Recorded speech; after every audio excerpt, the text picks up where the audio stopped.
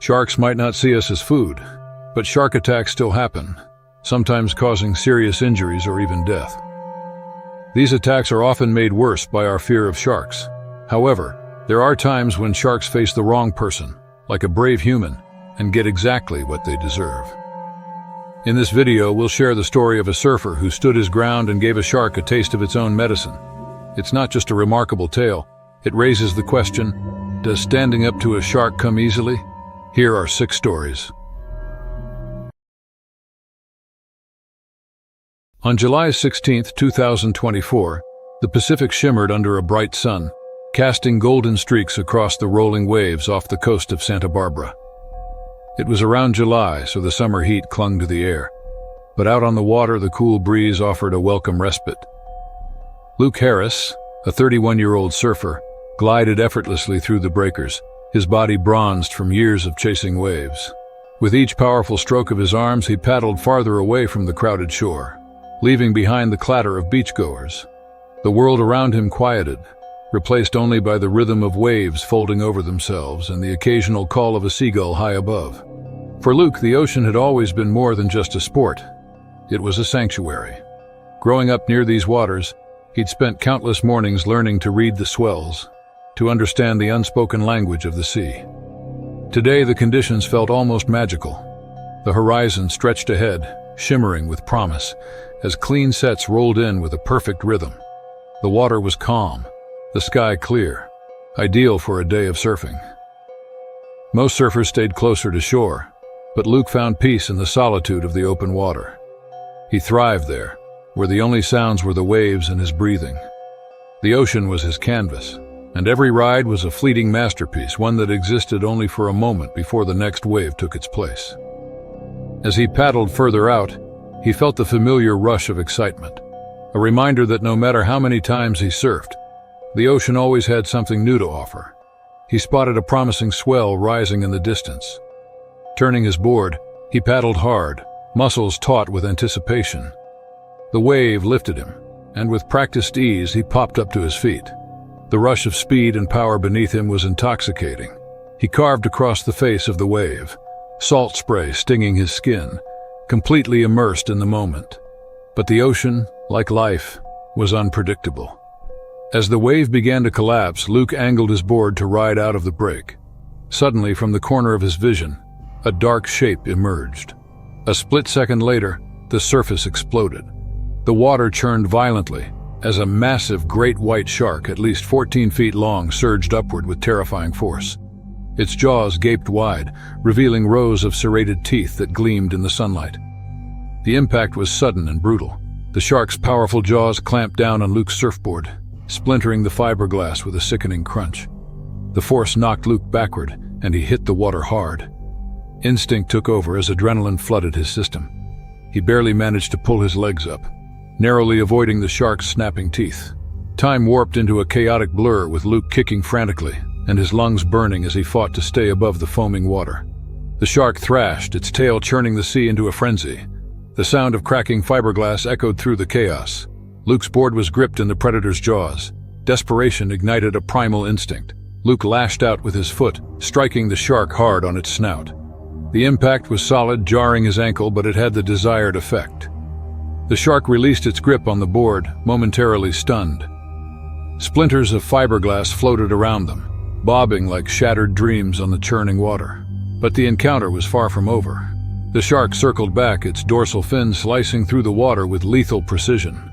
Luke's breath came in ragged gasps as he scanned the surface, heart pounding in his chest. He knew the rules. Never turn your back on a predator. Fear clawed at the edges of his resolve, but he forced himself to stay focused. Survival was the only option. The great white closed the distance, its sleek body gliding through the water like a missile. Luke knew he couldn't outswim it. His only chance was to make himself appear large and threatening. He spread his arms wide, slapping the water with ferocity. Every fiber of his being screamed for him to flee, but he held his ground, teeth gritted against the mounting terror. The shark hesitated, its black eyes assessing this defiant figure.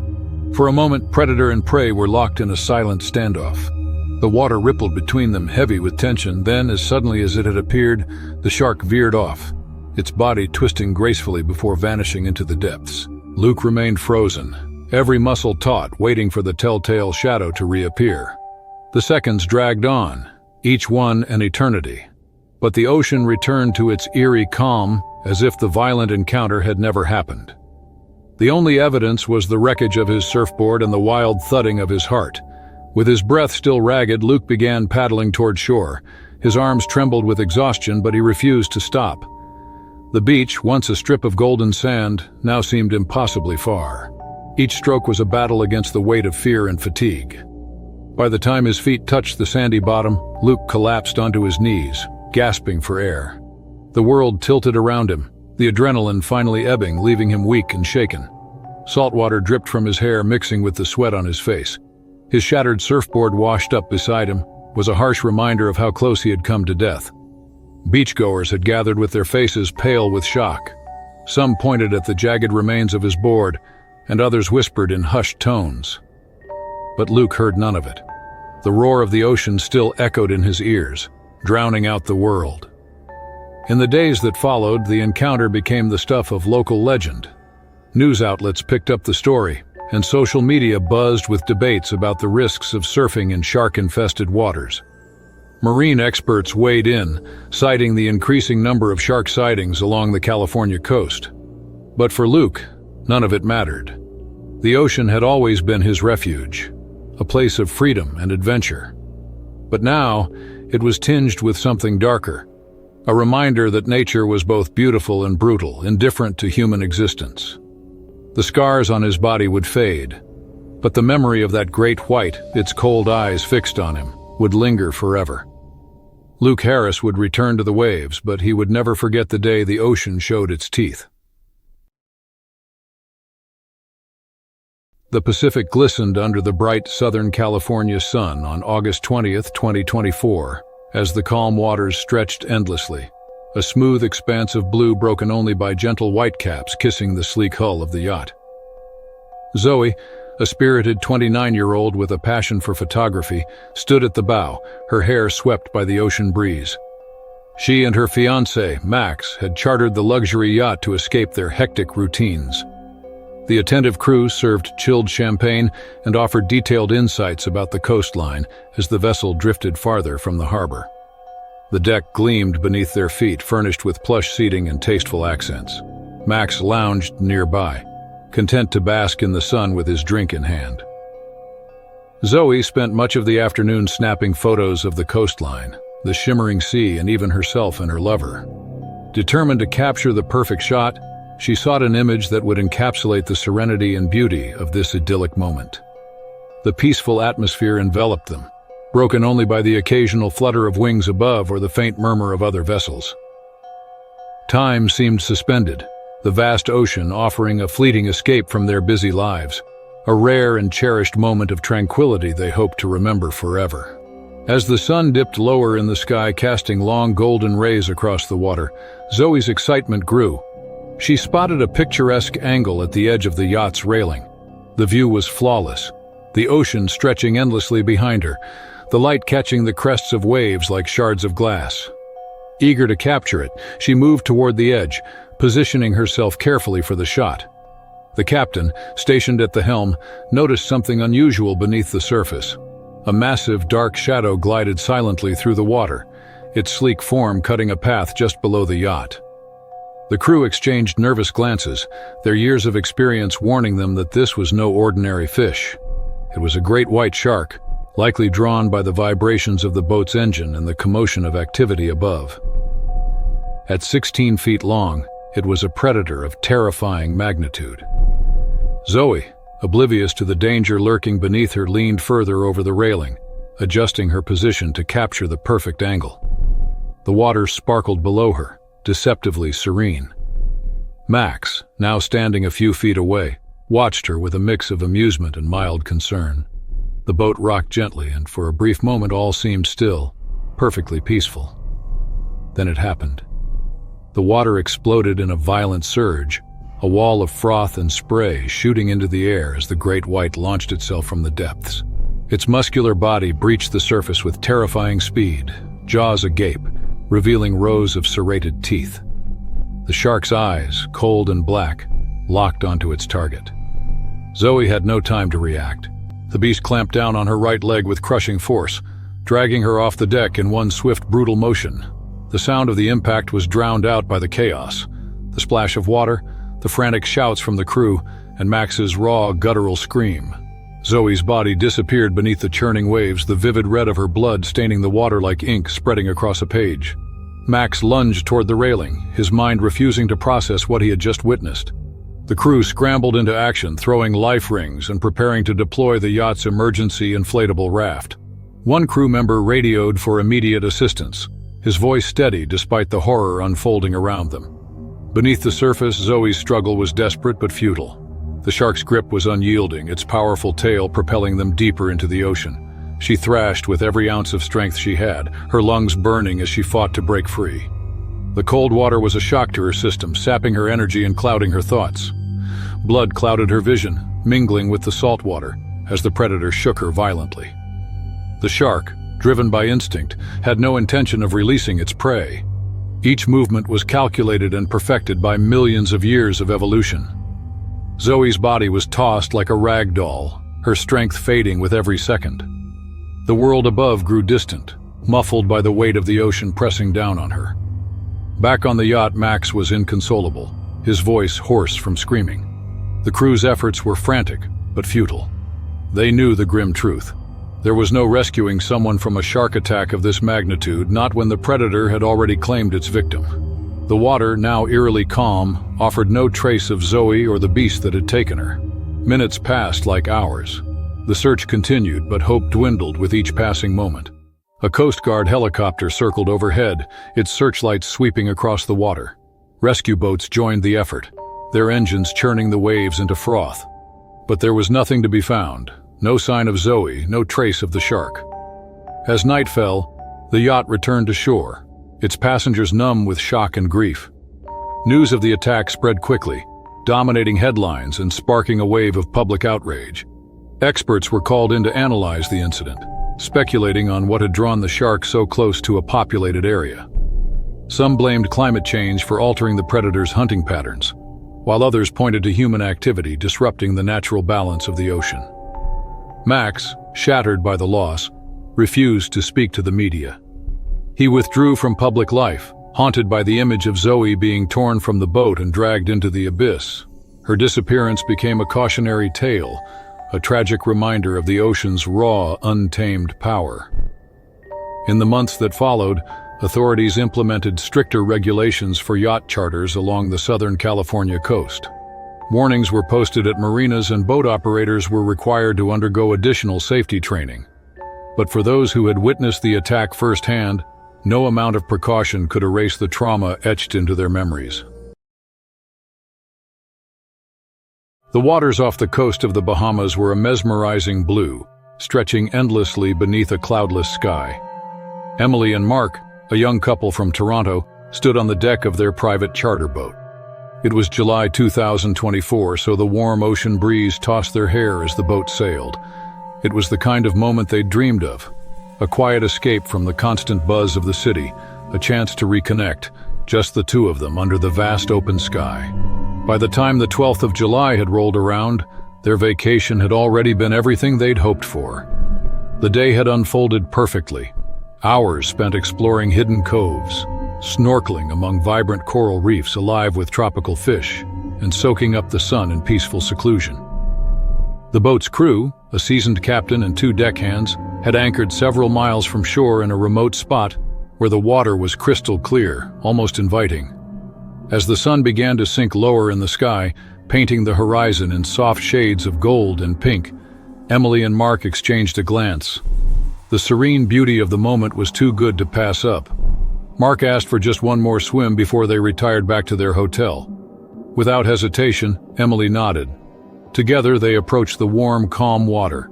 Emily, graceful and confident in the water, dove in first, her laughter echoing across the stillness. Mark followed, splashing beside her with playful energy. They swam side by side, the boat bobbing gently in the distance.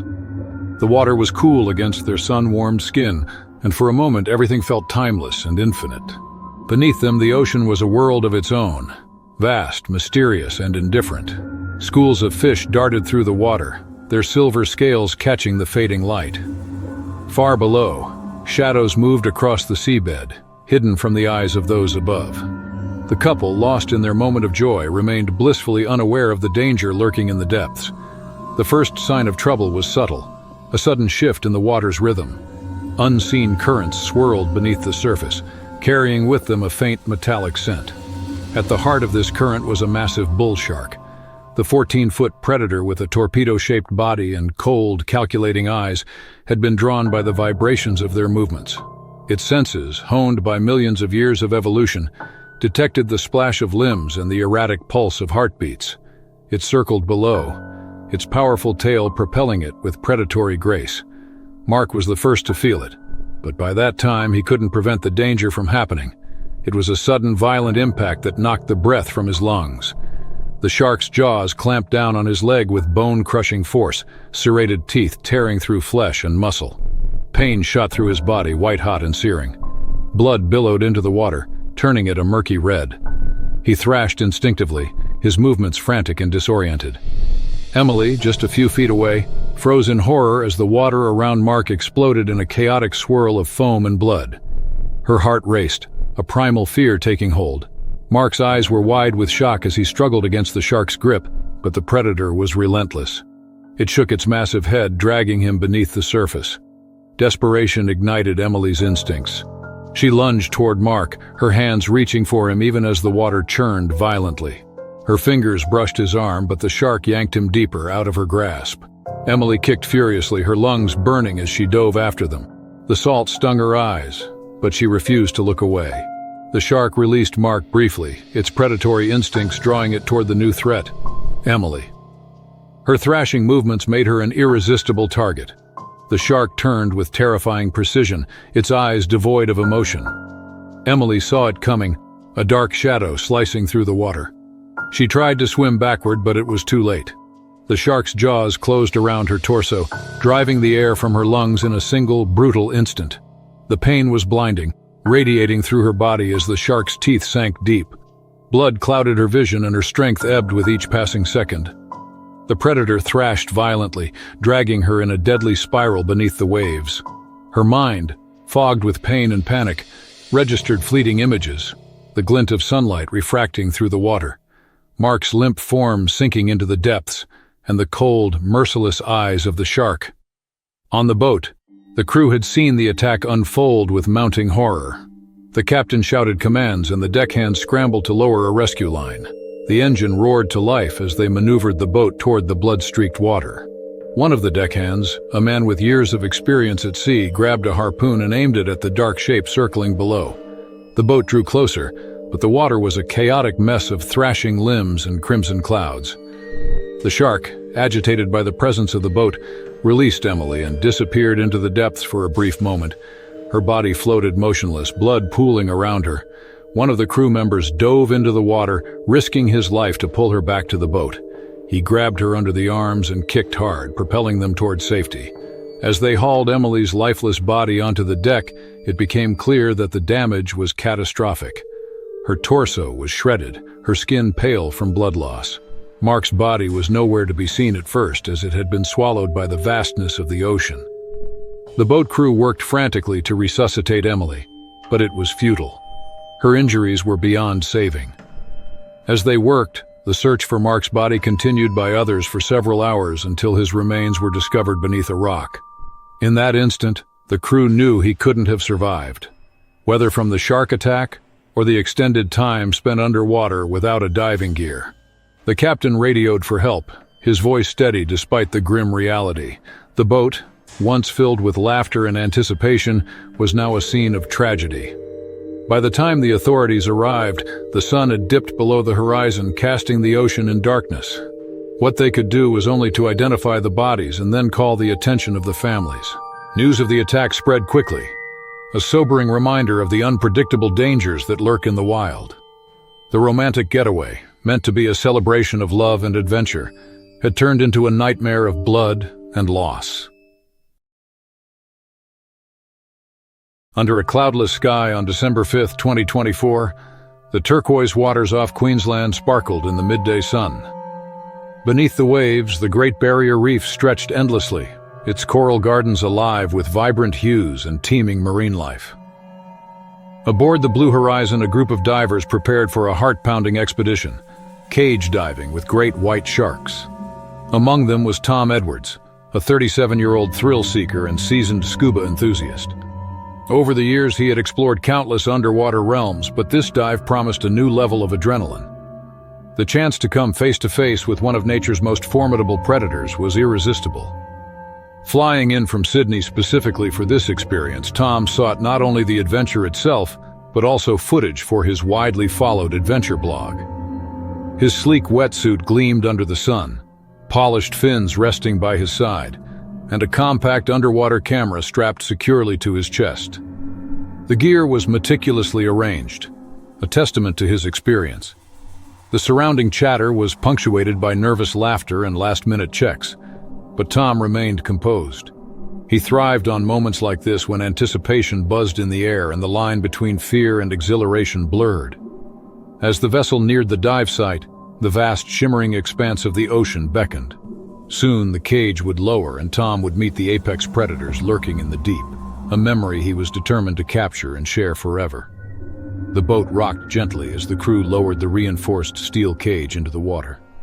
Barnacles clung to the frame, remnants of countless dives in these predator-filled waters. Tom and his dive mates suited up, their oxygen tanks hissing as they checked the valves. Below them, the ocean beckoned, vast and mysterious. Visibility was excellent, a rare gift on open water, and shafts of sunlight pierced the depths, revealing schools of shimmering fish. Tom was among the first to descend into the cage. The cold water enveloped him, but he welcomed it, his pulse quickening with adrenaline. The cage swayed slightly in the current, creaking as it settled into place. He gripped the bars, peering out into the blue expanse. Time seemed to stretch as he scanned the water, waiting. Then it appeared, a 16-foot great white, a living torpedo of muscle and teeth. Its dorsal fin cut through the water with silent authority. The shark circled the cage, its black eyes gleaming with primal intelligence. Every movement was fluid, efficient, and terrifying. Tom's breath quickened, fogging the inside of his mask. He steadied himself, reminding himself that the cage was designed to withstand even the most aggressive attacks. But the predator was patient. It circled closer, brushing the cage with its sandpaper-like skin. Tom marveled at its sheer size. The shark dwarfed everything around it, a creature from another time that had ruled the seas for millions of years. The other divers clung to the bars, their bodies tense as they watched the spectacle unfold. Without warning, the shark veered away, disappearing into the gloom. The water stilled, the only sound the rhythmic hiss of oxygen. Tom's curiosity got the better of him. He unhooked himself from the cage, a calculated risk for a brief swim just outside the protective enclosure. He had done this before on calmer dives, confident in his ability to read the ocean's moods. He kicked slowly, the water parting around him. His camera captured the kaleidoscope of marine life below. Small fish darted between coral formations, oblivious to the predator that had just prowled these waters. For a moment, Tom felt invincible, a mere visitor in this ancient world, but the shark had not left. It returned with terrifying speed, and a missile launched from the shadows. Tom sensed the shift in the water too late. The great white struck with the force of a battering ram, its jaws clamping down on his right arm. Searing pain shot through his body as the shark's teeth tore through muscle and bone. Blood billowed around them, a dark cloud that spread like ink. Tom thrashed violently, his survival instincts kicking in. He pummeled the shark with his free hand, but it was like striking solid stone. The predator shook its massive head, dragging him deeper into the abyss. The water roared in his ears and his vision blurred. The pressure on his arm was unbearable, the bones splintering under the shark's relentless grip. Above, the dive crew sprang into action. One of the deckhands shouted frantically to the remaining divers, gesturing for them to stay inside the cage. Another crew member grabbed a spear gun, aiming at the thrashing silhouette below. Bubbles exploded from the frantic movements as Tom's dive mates tried to reach him, but the shark was too powerful. It thrashed again, dislodging chunks of flesh from Tom's arm. Blood streamed from the wound, drawing more frenzied movements from the predator. Tom's oxygen tank bobbed wildly as he fought to stay conscious. His leg became the shark's next target. Teeth sank deep, shredding through neoprene and flesh alike. Agony racked his body as the predator's jaws clamped tighter. Tom's strength waned, his movements grew sluggish, each kick weaker than the last. The water, once vibrant and alive, blurred into a crimson haze. The shark's jaws released him briefly, but the damage had already been done. His body floated limply in the water, his life ebbing away with every pulse of blood. The predator circled back, drawn by the scent of carnage. The dive crew's spear gun fired, the projectile slicing through the water with deadly precision. The shark recoiled, thrashing violently before vanishing into the depths. But the victory was hollow. Tom's body was unresponsive when they hauled him back into the cage. His arm was mangled beyond recognition, and his leg was barely attached. Blood pooled on the deck as the crew frantically tried to administer first aid. The oxygen mask was pressed against his face, but his eyes remained unfocused, the light fading from them. The boat raced back to shore, but it was too late. Tom's pulse had faded long before they reached land. His lifeless body, once vibrant and filled with unrelenting courage, was now a grim reminder of the ocean's merciless power. News of the attack spread rapidly, sparking widespread debate about shark diving safety in the region. Experts analyzed the incident, questioning whether stricter protocols were needed to protect divers from the dangers lurking beneath the waves. Tom's death became a sobering lesson, a stark reminder that even the most experienced adventurers are not invincible. The ocean, beautiful and vast, had claimed another life, and in its depths, the great white shark swam on, indifferent to the grief it had left behind. The morning sun glinted off the shimmering waters of Sarasota, Florida. The air was thick with salt and humidity, the scent of the sea ever present. Kevin Matthews, 41 years old and a seasoned fisherman, stood at the bow of his modest fishing boat, his line cast deep into the turquoise expanse. The soft hum of distant waves lapped against the hull as the boat rocked gently, a rhythm Kevin had grown to love over years spent on these waters. Fishing was Kevin's escape from the chaos of everyday life.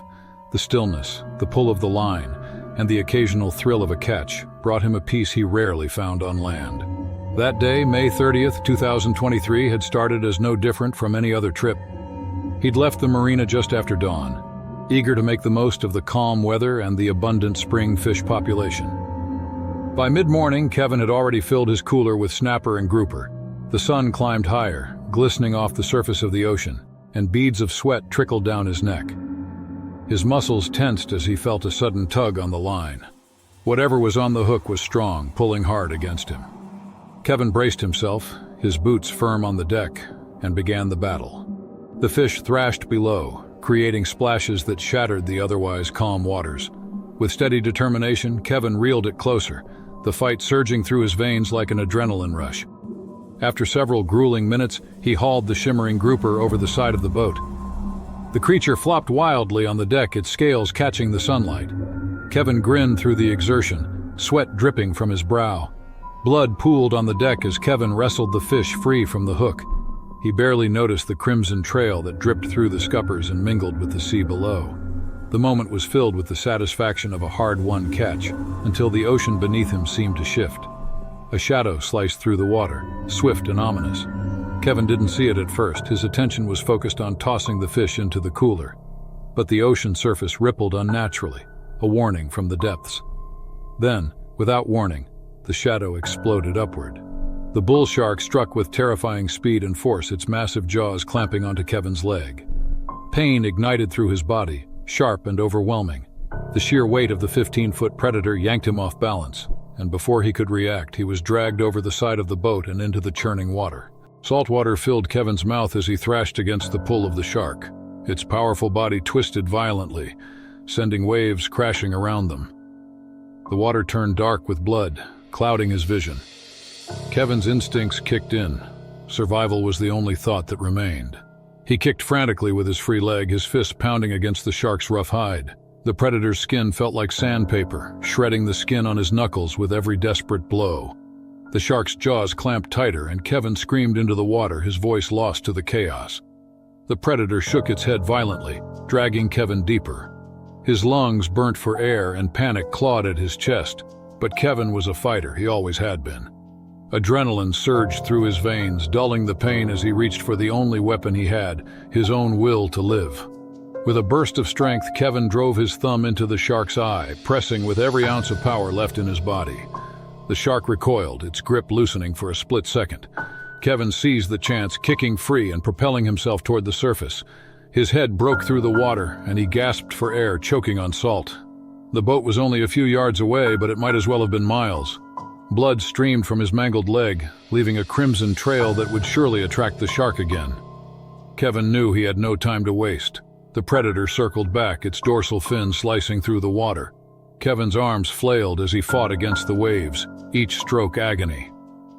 The boat loomed closer, but the shark was gaining on him. The predator's cold eyes glinted beneath the surface, filled with relentless hunger. Kevin's vision blurred as he kicked weakly, his body on the verge of collapse. The shark closed the distance, jaws gaping wide. Desperation drove Kevin to twist his body and thrust his foot forward. His heel connected with the shark's snout, a desperate blow that bought him a precious second. With one final, agonizing push, Kevin reached the side of the boat. His fingers gripped the slick edge and he heaved himself upward, muscles screaming in protest. The shark surged beneath him, its body brushing against the hull. Kevin's friends, who had been frozen in horror, snapped into action, grabbing his arms and hauling him aboard. He collapsed onto the deck, his chest heaving and his body trembling uncontrollably. Blood pooled beneath him, staining the white fiberglass.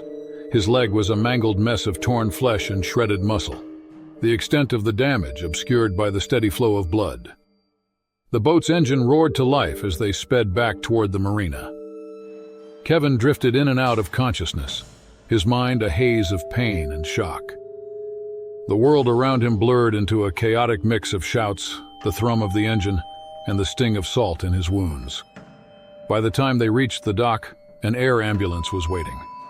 Paramedics worked frantically to stabilize Kevin, their faces grim as they assessed his injuries. He was airlifted to the hospital where a team of surgeons fought to save his leg. In the days that followed, Kevin's story made headlines. The attack was described as one of the most harrowing encounters in recent memory. Experts speculated that the blood from his catch had drawn the bull shark, setting the stage for the near-fatal encounter. Kevin survived, but his life was forever changed. His body bore the scars of that brutal fight, a testament to the raw, untamed power of the ocean. Yet despite the trauma, he carried within him a fierce gratitude for the chance to live another day. A man who had faced death in the depths and emerged broken but alive. On January 11, 2025, the moon hung high over the Indian Ocean, casting silver light across the waves. The air off the coast of South Africa was thick with the salty tang of the sea, and a gentle breeze rustled the palms lining the resort's pristine beach.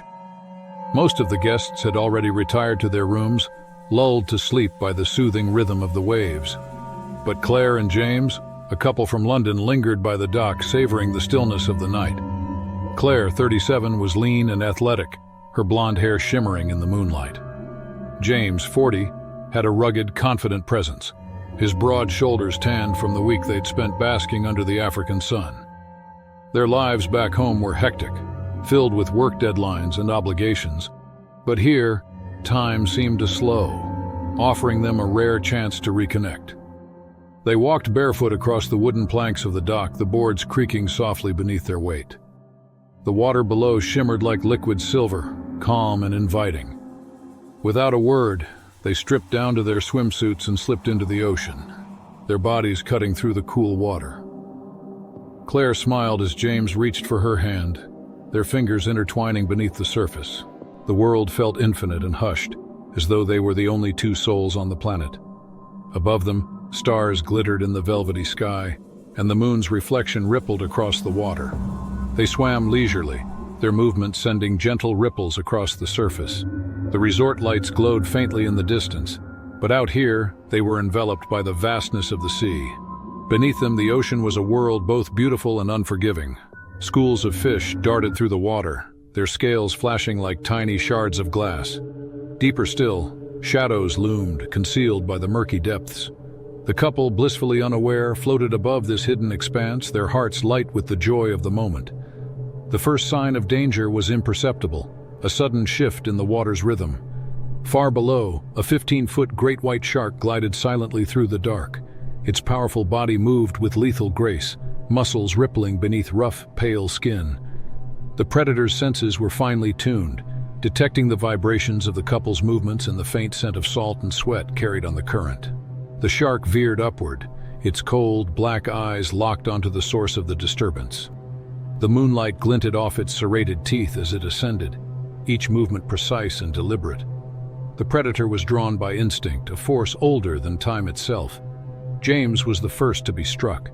The impact was sudden and devastating, like a freight train colliding with flesh and bone.